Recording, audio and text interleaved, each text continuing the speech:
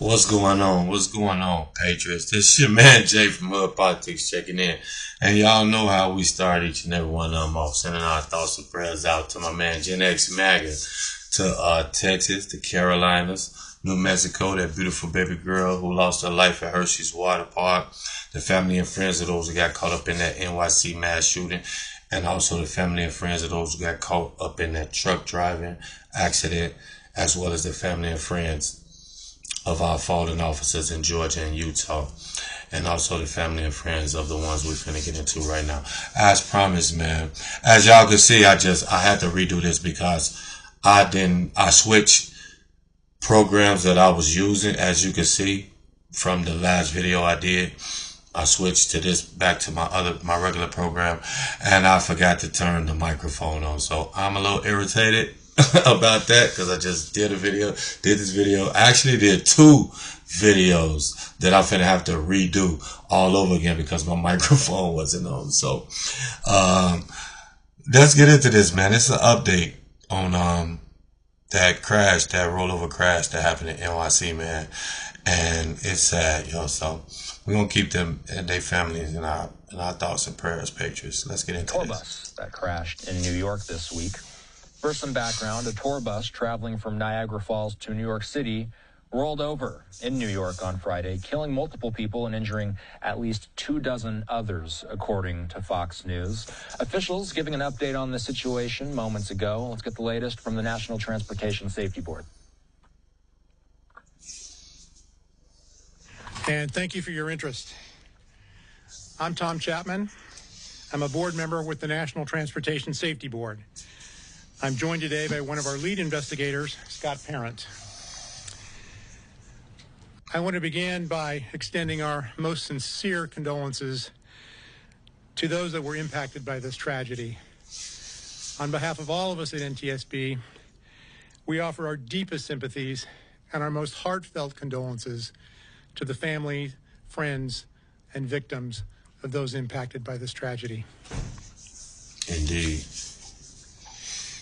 We're grateful to, and we want to commend, the law enforcement and first responders personnel who participated in the emergency response to this crash, as well as the hospital. Yes. Yeah, Patriots. We're gonna have to send a mega shout out to our first responders, man. You know what I'm saying? I tip my hat to them. Them jobs ain't easy, and they is not getting paid what they worth. You know what I'm saying? And they are true heroes. You know what I'm saying? So shout out to all the first responders, our firefighters, our doctors, our nurses, our ambulance drivers, our policemen. You know what I mean? Shout out to all of y'all, man. Respect.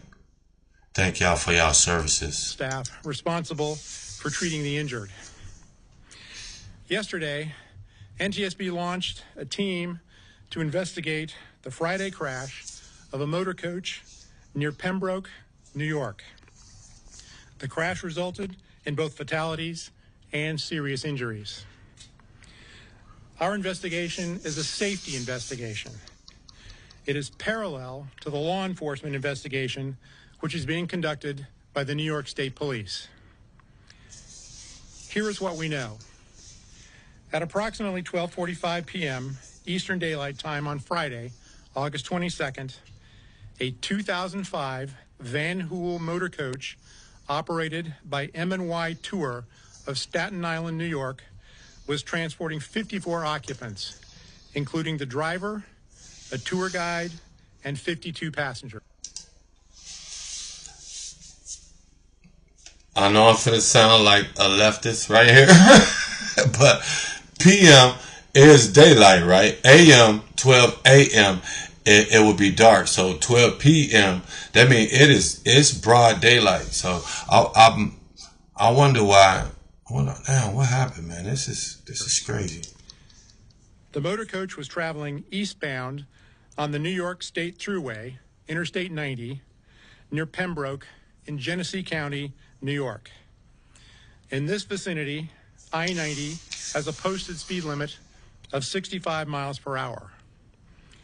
For reasons yet to be determined, the motor coach departed the travel lanes near mile marker 404 and rolled over. It first veered left into the median and then moved rightward back across the travel lanes, rolling over off the right-hand shoulder of the highway.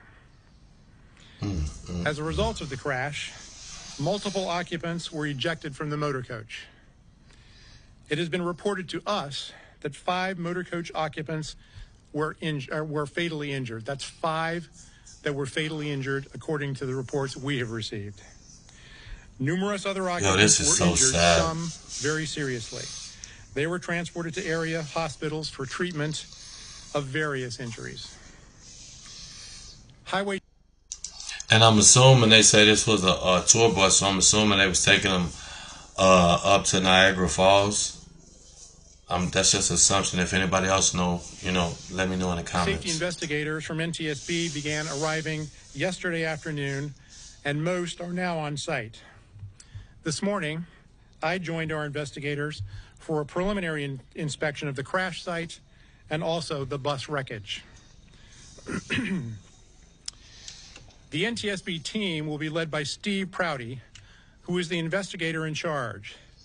Steve is a 14-year veteran of the NTSB with a previous career in law enforcement. Steve has been detained because of transportation challenges and has not yet arrived. He's assisted by Scott Parent, who's with me today, and I'm going to ask Scott to talk about the structure of our investigation and also some of the technology issues. Scott? Good afternoon. So currently we have a team of investigators that specialize in human performance, survival factors, highway engineering, motor carrier operations, and vehicle factors. Our human performance investigator is going to look at the driver, particularly fatigue, distraction, and driver qualifications. Our survival factors investigator is going to look at the emergency response and the occupant protection on the bus. Our highway engineer is going to look at the highway design and the signage out on Interstate 90. So, what it sounds like to me is it was either sound like something went wrong with the steering, could have got a blowout, or it could be owner operator error. You know what I mean? Because just for a bus to just veer and then veer, that sounds like somebody fell asleep. You know what I mean? Or the steering went out. You know what I mean? Or caught a blowout or something. Like, let's hope it's not owner operator error, because y'all already know where everybody gonna go from there. DEI. I get so tired of hearing race and DEI is pathetic. Our motor carrier operations or factors investigator is going to look at the motor carrier operations as well as the safety policies of the company. Our vehicle factors investigator is going to look at the mechanical condition of the bus. Some of the electronic data that we're interested in, this bus is equipped with an engine control unit that has EDR capability, or event data recorder capability. Some of that data that we may be able to obtain from this bus will include the speed of the bus, as well as some of the actions of the driver manipulating the brake pedal or the accelerator pedal. Also of interest would be any type of dash camera that may have been equipped on the bus, and any type of GPS unit that may have recorded speed and location. Thank you. Thank you, Scott. With regard to this tragedy, we are particularly interested in issues. Buddy got right to the point, didn't he? And he got right off. Looked down. He said, I told you I wasn't going to be up here long, man. I'm going to say what I got to say and I get out of here. I wish you could have did it. That's how he acting. Relating to occupant protection and seatbelt usage, driver performance, and operations and oversight of the motor carrier.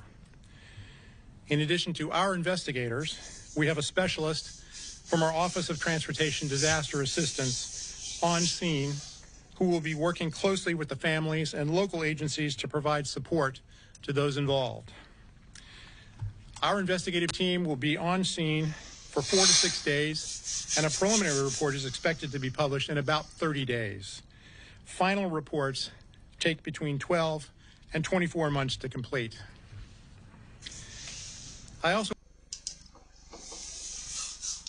So unless something jump out at them, and in these preliminary reports, it's basically going to take 12 to 24 months before these people know what happened to their loved ones. That's insane. That's entirely too much time.